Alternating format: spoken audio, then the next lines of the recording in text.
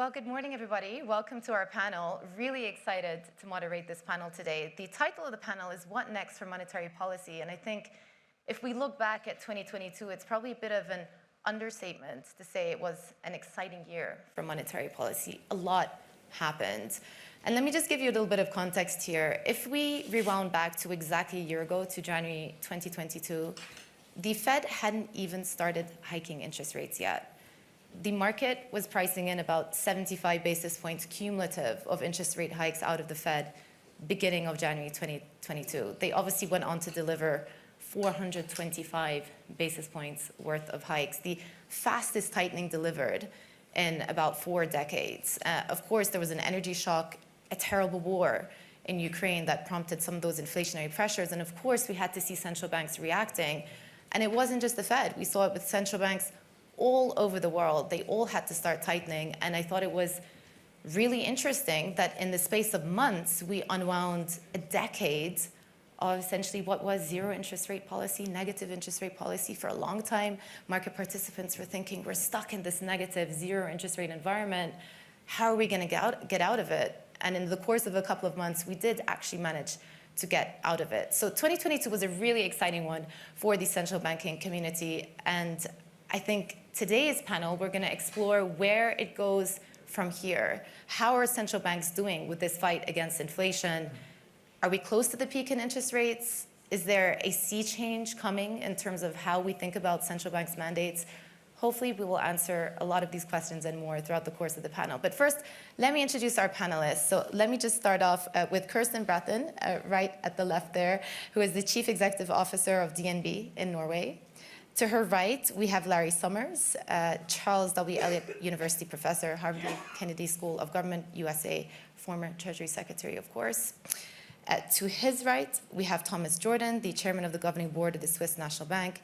And then to his right, we have Julio Velarde, the governor of the Central Bank of Peru. Very well represented. I also think I spotted the Bank of Japan governor here as well. So thank you very much for attending our session. There's a lot of focus on your perspectives as well this week. Governor Jordan, I'd like to start with you. A central bank friend of mine once said to me that you don't become a central banker to win a popularity contest, especially not when you're tightening interest rates. And I think 2022 was a year where, at best, central banks came under a lot of scrutiny. At worst, they came under a lot of criticism because they had to tighten so rapidly.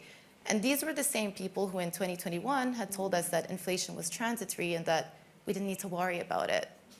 Do you think perhaps things could have turned out differently if the central banking community had reacted quicker to the first signs of inflation? Well, I believe this is a fair question. So we probably all underestimated the inflationary pressure in 2021. So it was not only the war, it was already a very expansionary monetary policy, combined with a very expansionary fiscal policy and a negative output shock, and that put inflation up a lot. So I think it really a little bit demonstrated that the conventional wisdom is still valid. So price stability is very important. Expansionary monetary policy can create inflation, and we have to be very careful. And probably, with the benefit of hindsight, monetary policy was all over the place a little bit too expansionary. Do you think that there was an element of recency bias just because for so many years it didn't seem like there was going to be strong inflationary pressure? For years we've been talking about low inflation, disinflation, and I'm definitely going to ask Professor Summers about this shortly. But then when inflation did show up, it showed up very aggressively, very uninvited. And for a while people just thought, well, you know, inflation can't be this new structural phenomenon that's going to stay with us and be persistent. High levels of inflation. Yeah, well, it really showed that low inflation is much better than high inflation. So we discussed many times whether inflation below 2% is really dramatic, what we should do. But now we see inflation rates between 0 and 2% as long as the output gap is closed. In a way, it's not too negative. Now we have a big problem. Inflation is far too high. It's negative not only for the functioning of the economy, but also it's very negative, especially for low-income classes. The population doesn't like inflation. So I guess the focus on price stability for central banks is absolutely essential. And we have to have this commitment we have this mandate, and I think all central banks have then to deliver and bring inflation back to price stability.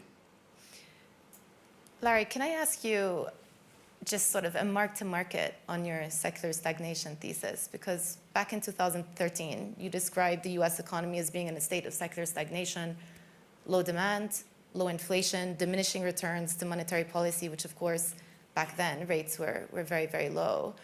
And you didn't see a strong inflationary impulse emerging.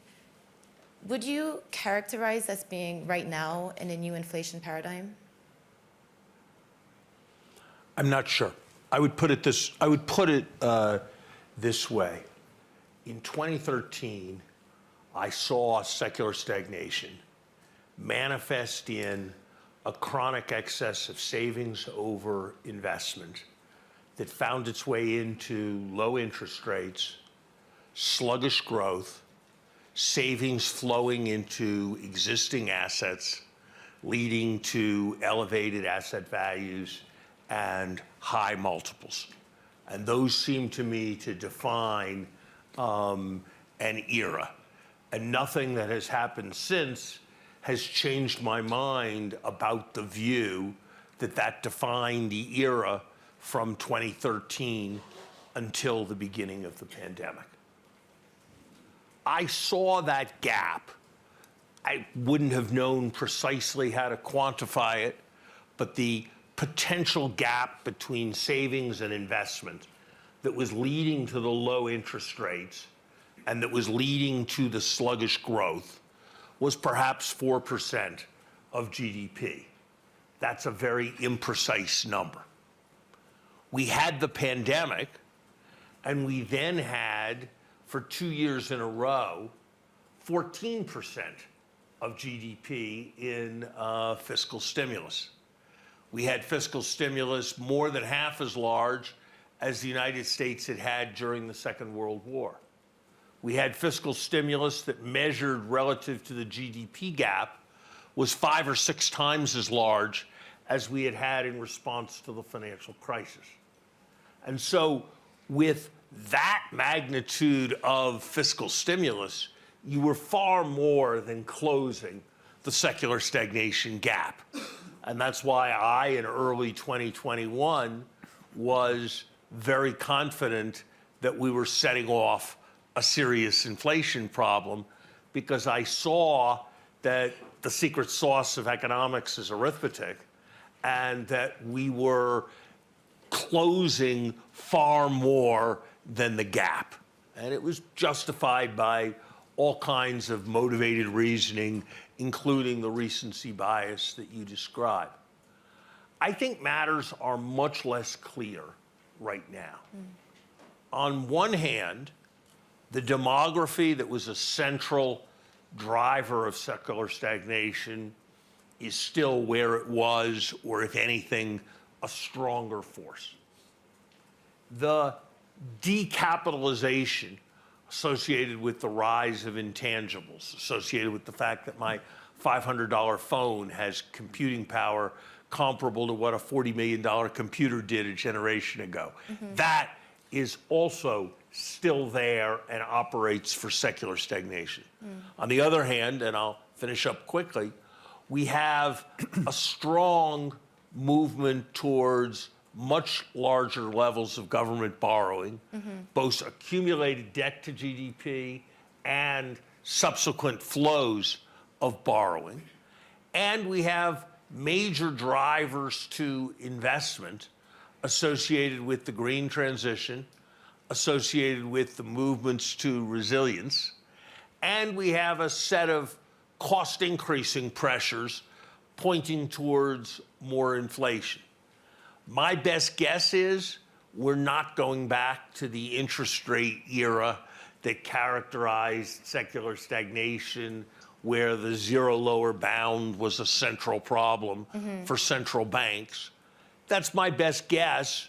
But whereas I was confident about secular stagnation, and then I was confident about inflation, I don't see a basis for high confidence about the nature of the next era having revealed itself yet. That's why I think in general, central banks need to focus on gauging and doing the right thing at each moment. Yeah. And they put their credibility at risk if they engage in excessive forecasting of their future behavior. Fair.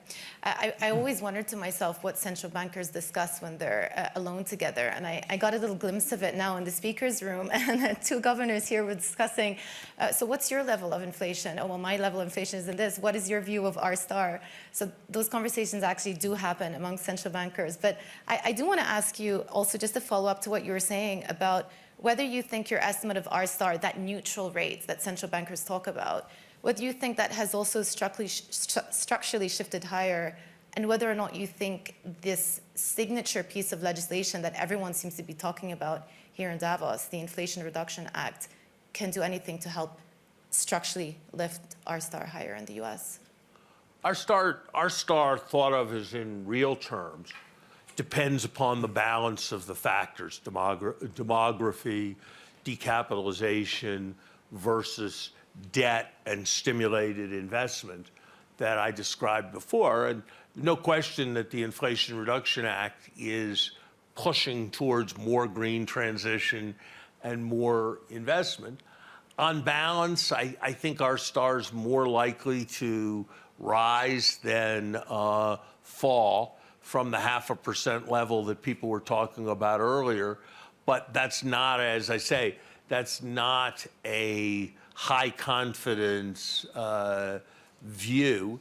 And I think it's also possible, and this is much less in the discussion, that in addition to whatever's happening to R star, we may be seeing some reduction in the sensitivity of economic activity to interest rates.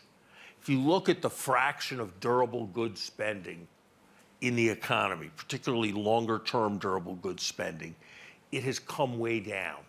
Less residential investment, people buying iPhones rather than foundries, and those things will tend to operate to make spending less sensitive to interest rates as well, and that creates the possibility of more volatility in real interest rates and raises the question of whether fiscal policy should be used more actively in stabilization policy. Kjerstin, I'd like to come to you now. I think it would be almost impossible for me to find a CEO of a European bank who wouldn't express their joy at moving away finally from negative zero interest rates. Obviously a good thing for the banking sector. But I do want to ask your perspective on just how quickly central banks tightened last year, whether you were caught by surprise, because obviously you have to make business decisions based on financial conditions, and all of that is a corollary of what central banks are doing. So number one, were you caught by surprise? And then also, do you think, given the communication that central banks were delivering in 2021 and then the actions they took in 2022, was there an element of credibility, perhaps, that was put to the test? Well, first of all, I lead a bank in Norway, and Norway has, just for a very brief period, been at zero interest rates. And coming into the pandemic, we actually had a reference rate of 150 basis points. So it's a little bit different than comparing to the Eurozone. And the Norwegian central bank has actually been quite clear of having no desire to move into negative interest rate. And they started hiking in September 21. So them, along the New Zealand central bank, were the most rapid to start hiking again. That being said, it's also been the case for the Norwegian central bank that they've had to up their estimates. And the most substantial hikes have come during the autumn of 22, where they have hiked on every central bank meeting in the autumn.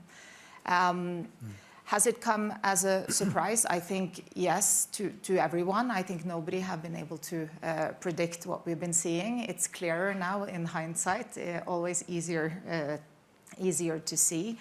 But I think I think central bank policy also differs compared to the structures of the market, and we are a floating rate economy. So it very quickly floats through into the market. I think this is one of the different characteristics now, also compared to previous economics eras where we have seen the same type of movement, that more economies, at least in Europe, have floating rate structures. It's good for the efficiency of monetary policy as long as it's not a degree of vulnerability that leads to that really tripping the consumers and leading to other kind of undesired effects. I think in isolation, there is a lot of positive things about not having negative interest rates. But of course, for banks, we live in coexistence with the economic environment. Increasing interest rates is positive only if it doesn't kill growth long term. I think short term, that's not the issue at the moment. And of course, if it doesn't lead to instability and losses that has a magnitude that surpasses the increase in interest rates.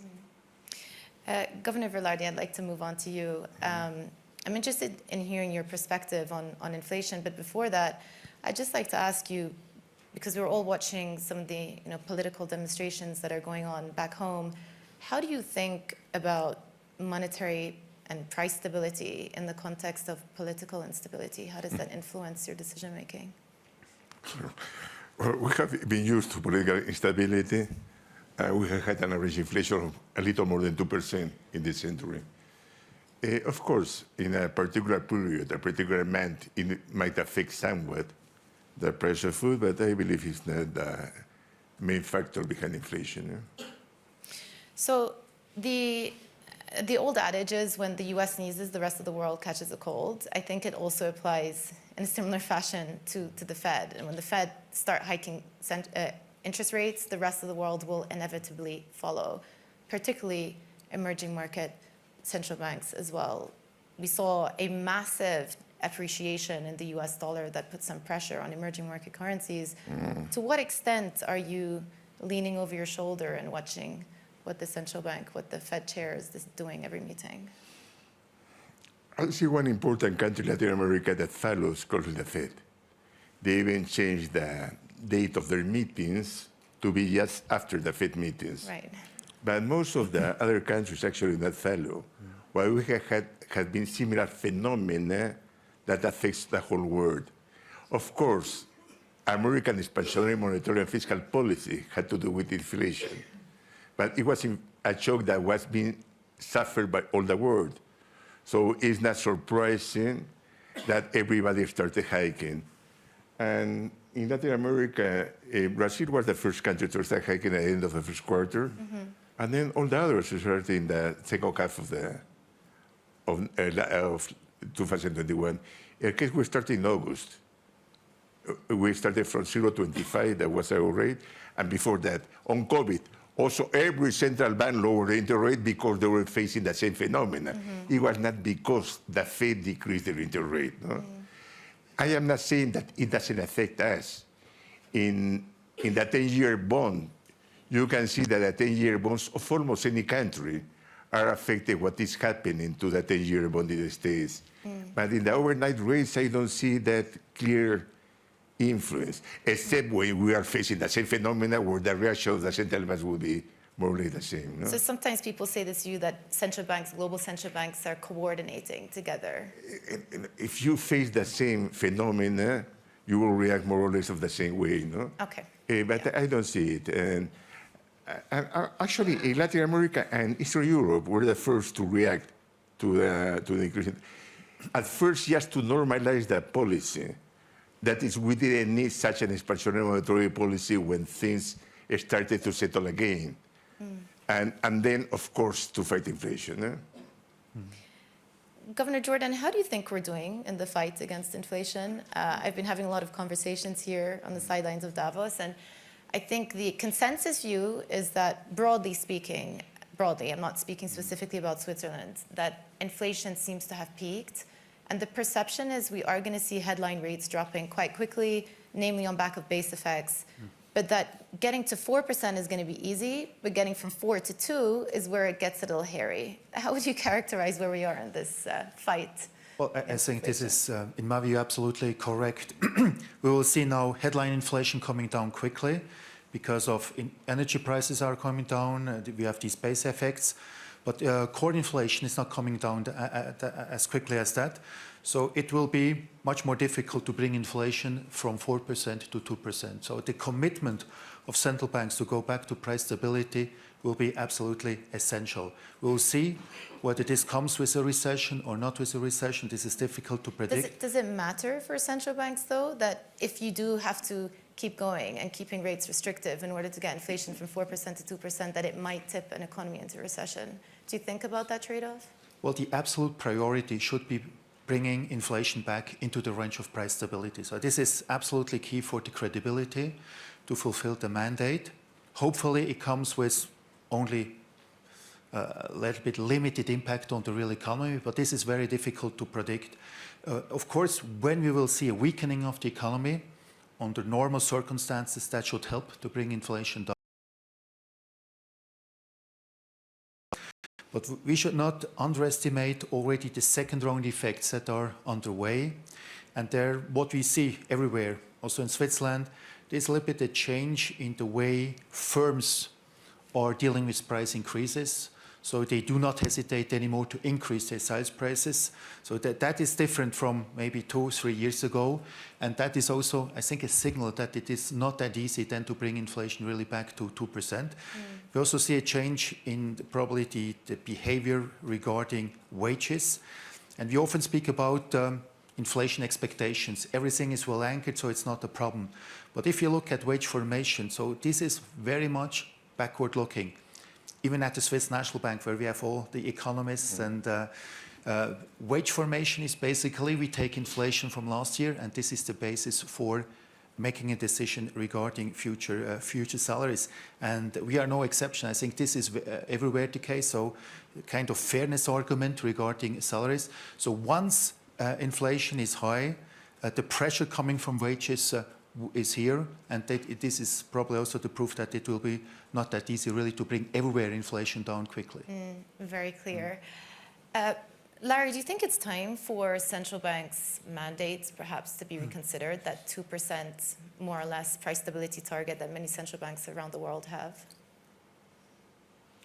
I think it would be a grave error for central banks to revise their 2% inflation targets upwards at this point. I say that as someone who was negative on the idea that the United States should put in place a specific numerical target.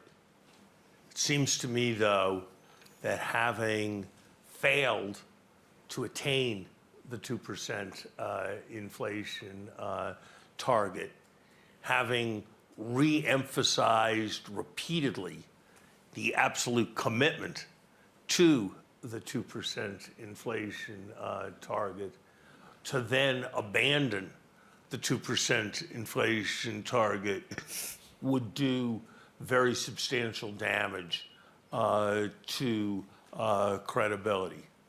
If you can adjust once, you can adjust again. I think much of the rhetoric surrounding it's not worth having a recession to reduce inflation, which is an argument that is often heard, misunderstands the counterfactual. The counterfactual is not, can we have more inflation and not have a recession? The counterfactual is, if we fail to deal with inflation, we are likely to have a larger and more serious recession at some subsequent point. And so even if the only thing one cared about was maximizing the average level of employment over the next decade, and did not care per se about the rate of inflation, I would argue that maintaining a commitment to price stability as it had been defined would be appropriate. In fact, there has been a kind of adjustment of the target. We used to think of the 2% inflation target as a kind of average inflation over time. No one anywhere is suggesting that because we had 7% inflation for 2 years, we should have inflation well below 2% in order to get to the average. I think that's appropriate, and I would not argue for anything else. The Fed at one point did indicate they might go down that route with average inflation. But it was all on the high side. It was never on the low side of swinging below 2. So I think we have already used a certain amount of flexibility that was present, and I think that was the appropriate thing for us to do. The single most important thing that I think a student learns in a macroeconomics course is the distinction between nominal and real. That by fiddling around with money and stuff, you can affect what the price level is, you can affect the rate of inflation. But ultimately, what happens in the real economy is not determined by monetary policy, and you can't make it happen better by hitting some kind of monetary policy accelerator permanently. And I think it's very important that we keep that message in mind. There are things we should be doing. There's all kinds of things with respect to social relief within particular countries, with respect to promoting necessary public investment that employs the unskilled. I think the world is falling far short of what it should be doing to cushion blows and to cushion necessary adjustments with respect to the developing world. But I think to suppose that some kind of relenting on an inflation target will be a salvation would be a costly error that would ultimately have adverse effects, as it did in a spectacular way during the 1970s, for real economies and working people everywhere. Very clear. Just a quick one before I move on to Kjerstin. Do you have a view on where the Fed are going to end up in this cycle, where the terminal rate is going to be? I've got to ask. I like as an academic operating at the level of these high principles rather than your journalistic questions about particular rates. I would just say I look at the path of rates, both short and long, in markets. And whereas the path that existed a year ago seemed to me extremely implausible, it was hard for me to imagine that that would materialize, and it hasn't. I can't imagine this path materializing. But I can see many, many more scenarios in which rates end up higher than what is currently priced. Then I can see scenarios where rates end up lower than what is currently priced. Therefore, I'm a bit surprised by the market's forecast of what's going to happen. And if you regard that as being a slightly evasive answer to your question, I quite that like was it. wholly intentional. We can read the tea leaves, though. Kjerstin, I want to move on to a slightly different tack, but it's also in parallel to what Mr. Summers was just saying now. And just the coordination between fiscal and monetary policy. In the UK, we got into a bit of a pickle earlier this year because the central bank had started tightening, and at the same time, the government came out with a very expansionary fiscal budget, a lot of it via unfunded tax cuts, and the markets didn't like that. And we saw this big reaction in the gilt market because there was some concern about the state of public finances, and also the fact that monetary policy and fiscal policy seem to be working cross purposes. How do you think about central bank tightening in the context of this fiscal expansion environment that we're in right now in Europe? Well, I think that the UK was the extreme example of the dilemma that you're seeing across many countries, deploying fiscal policy to try to support more the vulnerable parts of the population or sectors, versus monetary policy is is going in the opposite direction and trying to tighten. And I think the dilemma is the more you support and the less targeted you are in the support, the more monetary policy will have to tighten in order to get inflation to where we want it to be. I think sitting a little bit on the side that it's important to appreciate the challenge, and especially for politicians who have been elected and depend of the trust of their voters. But I must say that I'm glad to hear the very firm voice that I at least feel that we're hearing from central bankers and those who are supporting what the central bankers need to do, because there is no way around reaching some form of stability. I think it's much harder to say what the level should be or what the consequences would be, but having a level of price stability and continued credibility in central banks, I think those are the two key factors. If I were to look from our economy and the businesses we work with, in order for them to actually move on and invest in further growth. And unfortunately, I agree with Mr. Summers in seeing all of the factors that are pushing us in the direction of higher inflation. And I think we will have to continue to expect that there will be fiscal policy, and maybe to some extent fiscal policies are also the most effective to stimulate growth in the way we are looking for it to do, stimulating the supply side economy, stimulating competition, stimulating innovation. These things can happen without necessarily hurting inflation. But if we are not in an economy with stable prices, I think none of us have, well, very few of us have lived in economies where this has been the case. In a way, it makes it even more difficult for politicians, because most people today, they aren't used of the fact that money is actually costing something. But it doesn't take away the fact that if we're not able to get into an environment of stability, that is the most hurtful thing over time. Governor Velarde, can I put that question to you as well? To what extent, I know that there has been a very strong period of fiscal adjustment in Peru, perhaps unwillingly, because there's been so much political turnover that it's been quite difficult for the government to push through any serious spending. Has that complicated your job? No. Now, first, it was an increase in taxes because of an increase in commodity prices. And of course, part of the expenditure came down because expenditure related to COVID transfers, etc., was lower. We had a fiscal deficit of 8.9 in 2020 and 1.6 last year. But it has not been an adjustment of fiscal policy. It has been mostly a recovery of taxes, the adjustment of expenditure. Capital expenditure has been increasing a lot in these 2 years. No?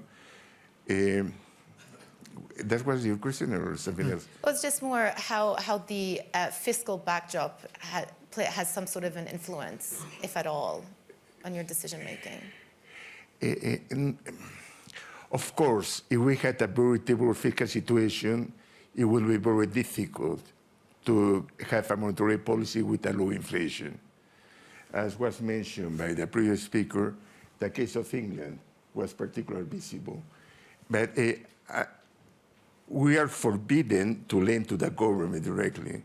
That is one of the few costs that can lead to removal, is giving money to the government. Yeah. And we are completely autonomous. And when I say completely autonomous, I have never been called by the president. If the Minister of Finance called me, because I am polite, I will go maybe, but I am not forced to go, etc. No? It's very different. Stefan Index was saying that he had never met officially the Minister of Finance. Of course, they had met informally, but sometimes you tend to overestimate the fiscal and monetary coordination. Of course, the ideal is for both to go in the same way, but they are not always coordinated as many times it does. No? Very clear. Central banking independence then is still very much there. Governor Jordan, I'm getting towards the end of this session, but I do want to ask you, this era of negative interest rates, are we ever going to go back to it? Well, this is, I think, an interesting point for us, it was absolutely essential to have this instrument of negative interest rates. We are happy that we are out, that we are now in a positive territory. It's much, much better. But we can use this instrument in case it's necessary. So when we are really going back into negative inflation, we will not hesitate to use it again. Of course, it's much better not to use it. But it's also a proof that we can maintain a low inflation goal, price stability, and still having instruments in order to achieve price stability. The instrument of negative interest is an important element, an important instrument. But of course, it's much better today when you are back in positive territory. There are certain distortions, especially in the banking system, where it's better not to have negative interest rates. But all in all, in Switzerland, the banking system survived this long period of almost 8 years of negative interest rate, much better than expected. One thing I do want to ask you about is the size of the balance sheet, because the SNB does have the largest balance sheet as a percentage of GDP out of all of the central banks in the world, including Bank of Japan, too. There has been some criticism directed at the SNB because some of the investments have gone into the likes of US equities, tech stocks, and that amplified losses for the year. And that number came out in December, quite a big number. Do you think it is time to think about, first of all, unwinding the size of that balance sheet and perhaps reconsidering where that money is being invested? Well, our balance sheet is the result of our monetary policy, what was quite successful over the last couple of years. So we had to expand our balance sheet because the exchange rate was too strong in real terms, not only in nominal, also in real, and the interventions were extremely important. Now we are a little bit in a different situation, and we are also able to sell some of our foreign exchange reserves again. But we have to see the loss that we are having last year has to be set in the context of the gains that we made also over the last couple of years. And it's obvious when interest rates are going up, the stock market is coming down, and the exchange rate is appreciating, then with this kind of balance sheet, we are making losses. But that will probably also change again in the future. We have no proof that the composition of the balance sheet was not sensible. And on the contrary, without moving into stocks, probably the overall losses would be even bigger. So I think the composition of our balance sheet made a lot of sense, and we will continue with this kind of investment strategy. Thank you. I'm actually going to just jump to a slide now. I have a slide given to me by the World Economic Forum, and this is one that was put together from their Chief Economist Outlook report. And at the end of this panel, we're going to put up a QR code that you can scan to get access to the full report.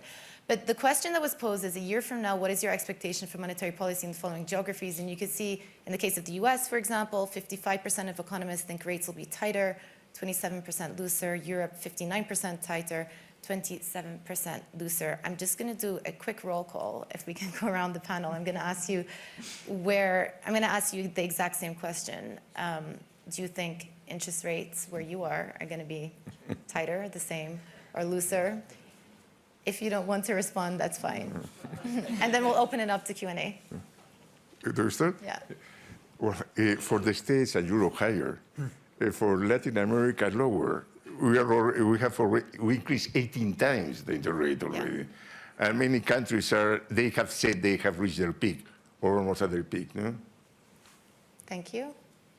I also believe that, I think especially in the US and Europe, everything that we see is inflation is still at the level that tighter monetary policy is necessary.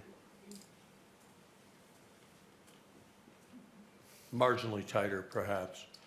I want to, just since I've got a chance to talk, I want to say one other thing.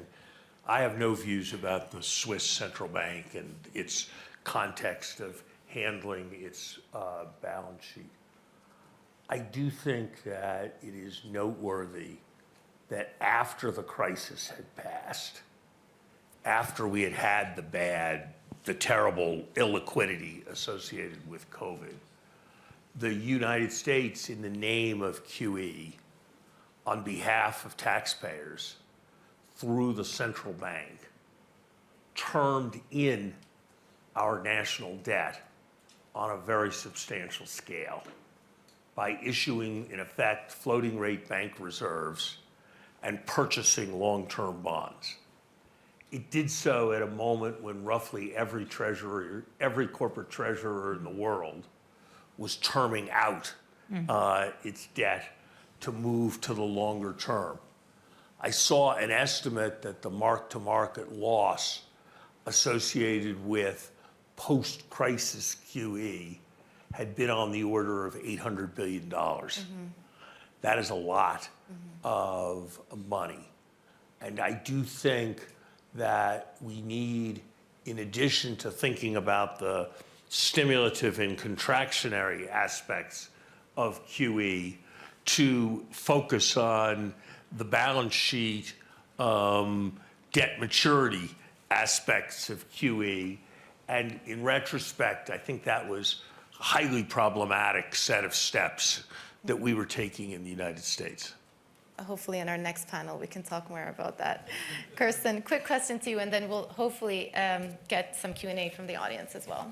Well, it would be very fun to disagree with this very esteemed panel who obviously knows a lot about this, but I can't say that I do. So I would, talking about Europe and the US, I would think tighter. Tighter. Okay, I think we're pretty unanimous. Like any good central bank monetary policy meeting, unanimous decision. Okay, if we have any questions from the audience, now would be the time. Yes, sir. Yes, thank you, everyone. With the microphone, it's a little bit better. Thank you, everyone. My name is Martin Schwab. I'm a part of the Global Shapers community from the Bern Hub. And next to them, I'm also a politician here in Switzerland. I have a question to you, Mr. Jordan. I know a lot of people, they are eating their bread without butter.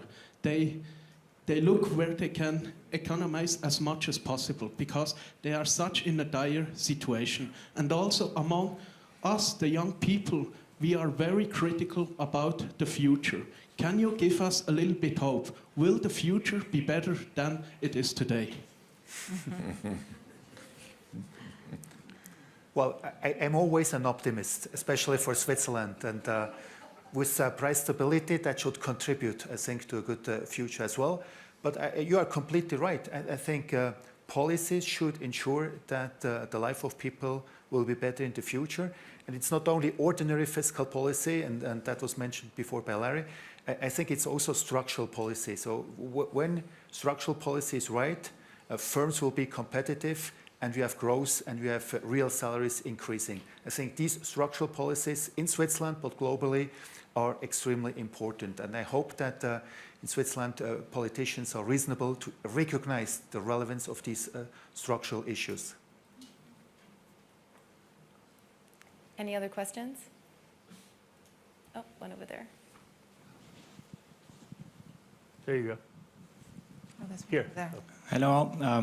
I live in Davos. I'm a guest today. You talked about a lot about economic growth and inflation.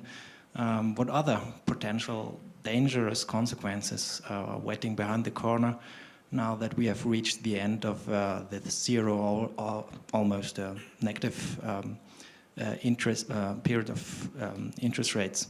I'm thinking about pension funds, debt, or emerging markets. What's the question clear? So now we have reached the end of the period with negative or zero interest rates. What other potential dangerous consequences are waiting behind the corner regarding debt, regarding pension fund, regarding emerging markets? Maybe one way to phrase that is, and we haven't touched a lot on this in the panel, is interest rates have been rising in an era of very high debt overload. There's been a huge increase in private public debt over the last couple of decades. How does that contextualize where we are with higher interest rates?